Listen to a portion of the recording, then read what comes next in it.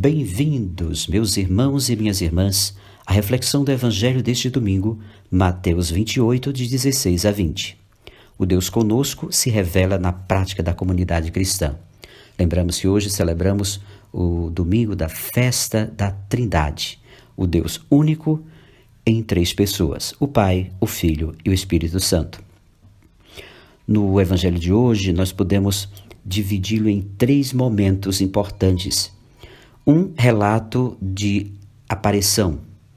O segundo, uma instrução de Jesus aos discípulos. E em terceiro, nós podemos perceber a promessa que Jesus faz aos discípulos. Mateus inicia falando dos 11 discípulos que se dirigem a Galiléia, ao monte que Jesus havia indicado. A comunidade dos discípulos tomou o rumo certo, a Galiléia.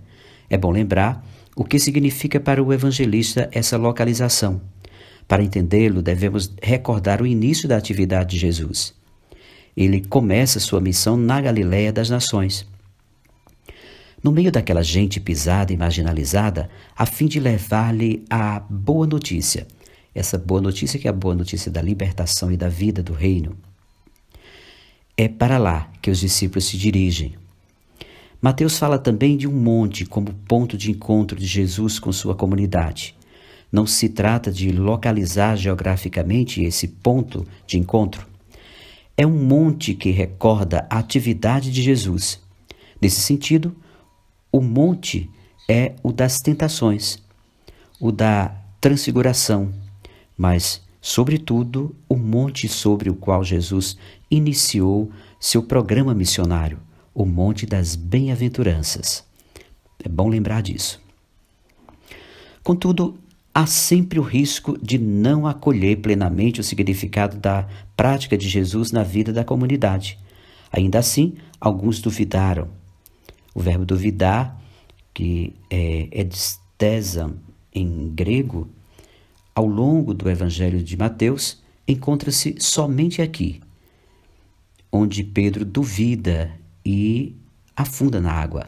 Duvidar, portanto, comporta a falta de fé, mas também a falta de percepção maior da prática de Jesus, que vence todas as formas de morte e alienação. Dúvida é ter medo do risco e do compromisso. É um alerta que acompanha constantemente a comunidade cristã, colocando-a numa atitude de conversão permanente ao projeto de Deus. O poder de Jesus é passado para a comunidade. Durante sua vida terrena, Jesus agia como aquele homem ao qual Deus dera seu poder, fazendo com que as pessoas glorificassem a Deus.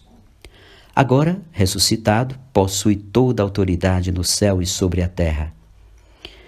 Vão e façam com que todos os povos se tornem meus discípulos.